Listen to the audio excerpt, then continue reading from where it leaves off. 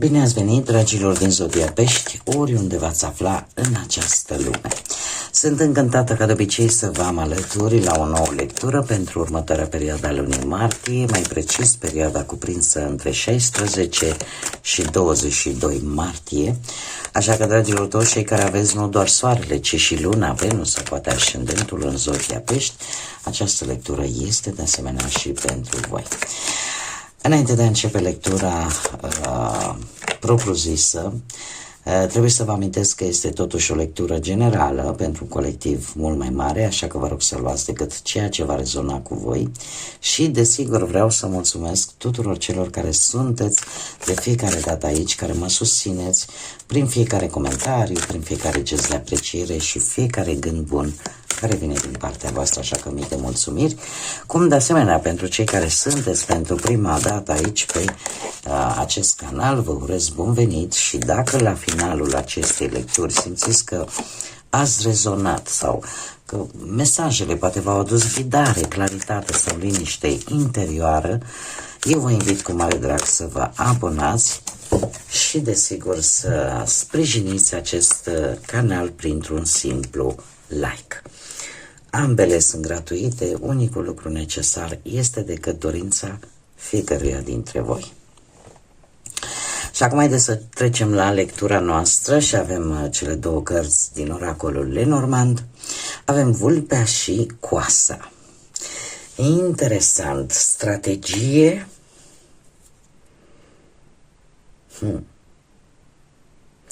O strategie tăioasă, aș spune. Haideți să vedem așa în mare. Dacă vorbim de muncă, Vulpea, să știți că pe planul muncii este o carte destul de bună. Așa că aș putea spune că voi folosiți așa un drum în cariera voastră profesională mult mai tactic, mult mai inteligent. Și asta pentru că vreți să transformați în realitate ideile voastre, proiectele voastre. Cumva e posibil să se vadă faptul că ceva începe să funcționeze pe planul ăsta profesional, totuși aveți un pic de grijă cu oamenii invidioși. De ce? Avem totuși Coasa. Și Coasa ne vorbește de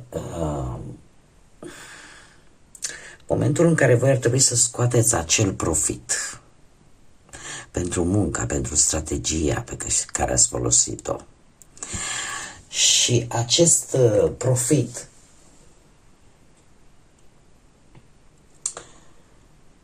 eu aș spune paradoxal în această situație că este ghidat un pic și de noroc. Dar, cum am mai spus, aveți grijă cu persoanele invidioase la locul de muncă.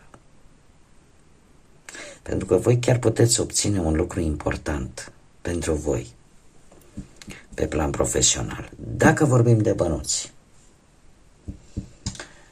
Dacă vorbim de bănuți, atunci aș spune că e necesar să fiți un pic mai isteți. Mai ales atunci dacă vreți să investiți banii în ceva. De ce? Pentru că poate apărea posibilitatea unui furt. Aveți grijă în ce investiți în această săptămână.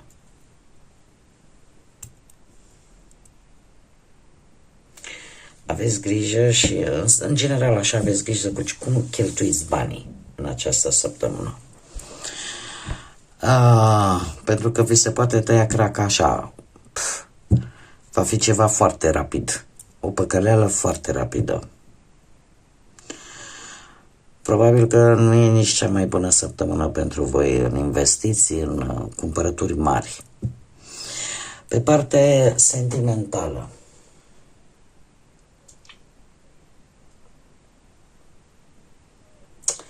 Sunt niște schimbări aici destul de radicale. Niște schimbări destul de radicale și eu aș spune că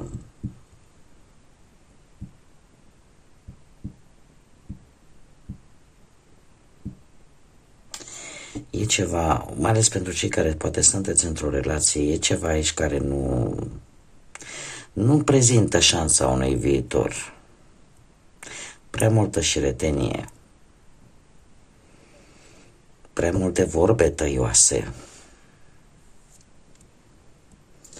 Pe partea asta amoroasă aș spune că nu e foarte bine aspectat această săptămână. E o lecție care vă va ustura destul de tare. Haideți să vedem totuși ce ne spune și tarotul. Ce vine pentru dragii mei din Pești în săptămâna 16-22 martie.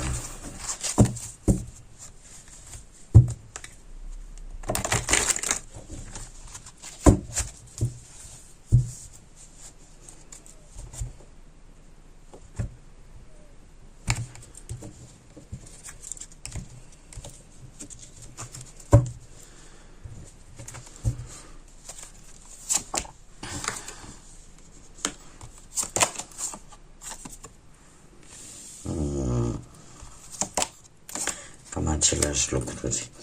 Dragii mei, dragi, să știți că la voi săptămâna aceasta va fi destul de mentală, destul de rațională și voi va trebui să gândiți așa. Am un 7 de bâte, un 5 de spade și un 6 de cupe. Lucruri din trecut, oameni din trecut, relații din trecut, evenimente din trecut, situații din trecut care revin și nu revin într-o formă calmă. Este ceva ce voi deja cumva v-ați cam obișnuit, simțiți nevoia să vă apărați, simțiți nevoia să stați mereu în defensivă. Asta așa per general. Haideți să vedem pe planul profesional. Avem un 7 de bâte care îmi vorbește de o anumită obstacole, o anumită competiție care trebuie depășite. Poate, nu știu, să vină prin intermediul colegilor care concurează pentru același proiect sau să vină, nu știu, provocări neașteptate unde voi veți fi cumva obligați, veți fi apare această necesitate să vă apărați ideile, să rămâneți pe poziție. Trebuie să vă spun că nu trebuie să vă pierdeți curajul, nu trebuie să vă pierdeți perseveranța, pentru că aceste două lucruri vă ajută să treceți peste dificultăți și cumva să mențineți controlul asupra proiectelor voastre, planurilor voastre ce ține de viața profesională. Avem într-adevăr un 5 de spade, încercați să nu vă implicați în tot felul de conflicte la locul de muncă. De ce? Pentru că lucrurile nu veți avea atât voi de pierdut cât și cel cu care veți intra în conflict. Așa că nimeni nu va avea de câștigat. Acest 5 de spade îmi indică conflicte, dezacorduri la locul de muncă, prin dispute cu colegii, cu șefii, cu un proiect care nu merge cum te-ai fi așteptat să meargă, sau intri într-o competiție puternică care să genereze tot felul de tensiuni. Faptul că avem un 6 de cupe, asta îmi spune că pot apărea, cum să spun eu, toate aceste conflicte, toate aceste situații destul de agitate și destul de provocatoare vă pot împinge pe voi să reveniți la o idee profesională sau la un plan care ține de muncă pe care probabil ori l-ați mai încercat în trecut și nu a avut succes sau poate a avut și încercați cumva să vă reconectați cumva cu parteneri, cu colegi din trecutul vostru, da? Pentru a pune acel plan din nou în aplicare. Dar veți fi împinși, ca să zic așa, de această succesiune de stări destul de conflictuale. Dacă vorbim de bănuți, 7 de bâte îmi spune că e un moment în care ar fi bine să vă protejați un pic resursele, să fiți un pic mai atenți la cheltuieli, la negocieri pentru contracte sau e posibil să apară necesitatea să vă luptați pentru a menține un anumit câștig. Și asta vă poate duce Bine, vedem cu 5 de spade la posibile pierderi, situații tensionate pe zona financiară prin tot felul de dispute cu partenerii, poate de afaceri. Sunt niște pierderi temporare de bani. Dacă nu sunt pierderi, pot fi anumite dificultăți cauzate de o competiție cu alte persoane, o luptă cu alte persoane, poate pentru aceeași cantitate de bani, care poate să aibă legătură cu trecutul vostru sau aș spune că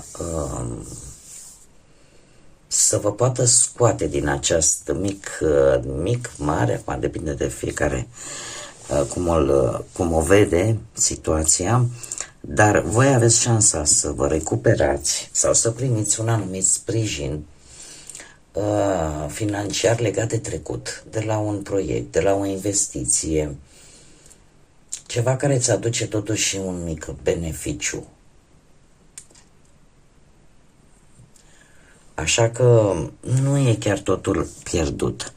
Dacă vorbim de partea amoroasă, de sentimente, pentru cei care vă aflați într-o relație, aș spune că relația e posibil să treacă prin mici conflicte sau provocări care pur și simplu nu vor face altceva decât să vă testeze angajamentul, că e printr-o diferită...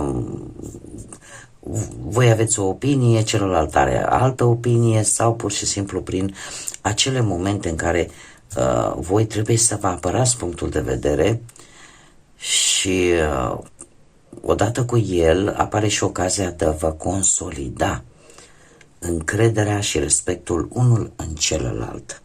Este adevărat, avem un 5 de spade care cumva, mai ales în cuplu, indică tot felul de dispute, de neînțelegeri, de posibilă ceartă sau tensiune legate mai mult de orgolii. De acele orgolii și acele momente în care fiecare vrea să aibă dreptatea lui. 6 de cupe totuși vine cu acest sprijin care îl aduce nostalgia. Da? Relația se poate echilibra pur și simplu prin aducerea aminte acelor amintiri frumoase, prin reconectarea cu acele gesturi romantice din trecutul vostru, prin recrearea unor momente speciale care să vă aducă aminte de fapt de cum v-ați cunoscut sau momentele alea frumoase din viața voastră. Și asta pot întări un pic legătura emoțională și vă pot ajuta să treceți peste aceste divergențe, aceste diferențe de opinie și această dorință de a unuia sau a celuilalt de a avea propria lui dreptate sau propria ei dreptate. Cei care sunteți singuri, voi puteți întâlni persoane care să vă cam provoace, să vă cam pună așa răbdarea la pioneze, da? E posibil să vă și ajute, nu luați ca pe ceva neapărat rău, ci pur și simplu îți dai seama de fapt ce fel de partener îți dorești. Spui, dom'le, așa nu, asta nu îmi place, dar așa nici că îmi trebuie. Avem, desigur, și acest 5 de spade care îmi poate vorbi de o persoană sau o situație conflictuală care te va provoca, dar care paradoxal te va ajuta să vezi un adevăr. Un adevăr care, din păcate, te va și dezamăgi, are legătură cu relațiile voastre din trecut. Și e posibil să apară vreo fostă care să intervină emoțional și de fapt să vă facă să vă dați seama de fapt ce lecție importantă ați avut voi de învățat din respectiva relație din trecut. Dar apar aici niște mici distensiuni, cum am mai spus, răbdarea o să vă cam fie pusă așa la încercare.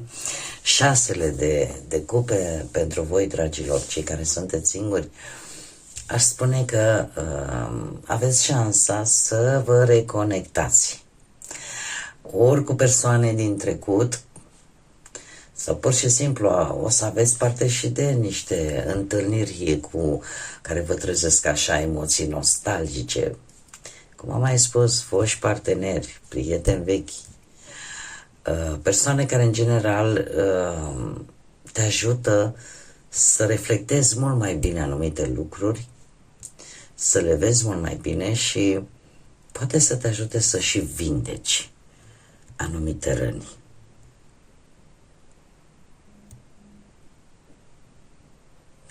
Foarte interesantă lectura voastră, să știți, și sunteți printre puținele zodii care totuși au o energie atât de provocatoare și nu e de mirare, dragii mei. Ne apropiem cu repeziciune de finalizarea perioadei zodii voastre, așa că pentru aceste ultime zile care au mai rămas, totuși eu vă urez celor născuți în această perioadă până pe 19 martie să vă zic la mulți ani, să fiți sănătoși și să nu vă lăsați, să fiți perseverenți. Nici o furtună nu ține o veșnicie. Haideți să vedem și un mesaj din grădina secretă.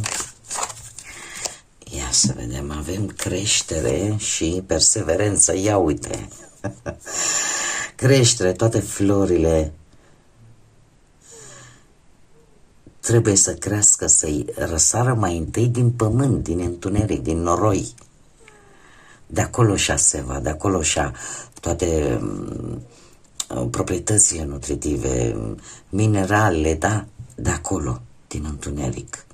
Este o metaforă care pe voi vă zic eu că vă arată așa cum sunteți. Nu întâmplător acest canal se numește Tarot Flor de Loto, care înseamnă tarot, floare de lotus. Cum bine știți, floarea de lotus, până să o vedem noi atât de frumoasă și splendidă, și unele chiar au și miros, ele răsar din mâlul bălților, din acel mâl care nu-ți inspiră nimic frumos, dar ele de acolo și aseva. Asta le face puternice pe aceste flori. Fiți și voi precum o floare de lotus și ridicați-vă spre lumină și înfloriți. Cam acesta este acest mesaj. Și avem perseverență. Nu lăsa nicio piatră nerăsturnată sau nemișcată, pentru că ai cu ce. Perseverența vă poate ajuta foarte mult în această săptămână. Bun, dragii mei, cam acestea au fost mesajele pentru voi. Eu sper din suflet că această lectură v-a adus un pic de ghidare, un pic de claritate și, desigur, vă mulțumesc că mi-ați fost alături, iar până la următoarea noastră reîntâlnire, desigur, nu uitați, dragii mei, zburați înalt și lăsați iubirea, credința și pacea să vă însoțească la fiecare pas.